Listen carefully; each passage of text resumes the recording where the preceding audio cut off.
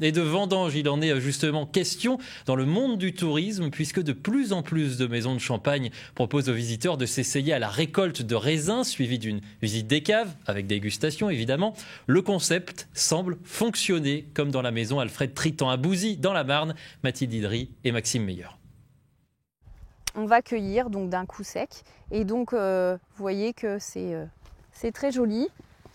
Donc on en cueille d'autres. Ce couple n'est pas saisonnier, mais visiteur de la maison Alfred Tritan. Il découvre les vendanges pour la première fois grâce à une visite immersive, sécateur à la main. J'ai pas du tout la main verte et je trouve ça assez simple. Bon, après, je fais ça aussi dans les conditions de découverte. Donc voilà, on parle pas de rentabilité là pour le groupe, mais non, c'est très agréable. Après, faire ça toute la journée, ça doit être fatigant. Anne-Sophie Petiot a offert la visite à son mari pour découvrir le champagne de manière plus ludique. C'est intéressant, puis c'est aussi comprendre tout le travail que le vigneron a fourni tout au long de l'année et de pouvoir aussi, derrière la dégustation, de prendre conscience de tout le travail que ça représente, tout l'investissement. Un investissement familial qui dure depuis 1930. Les Weber produisent intégralement leur champagne. On est vigneron indépendant, donc ça veut dire qu'on produit nos raisins et ensuite on les presse, on les vinifie, on les met en bouteille. La visite se poursuit au pressoir.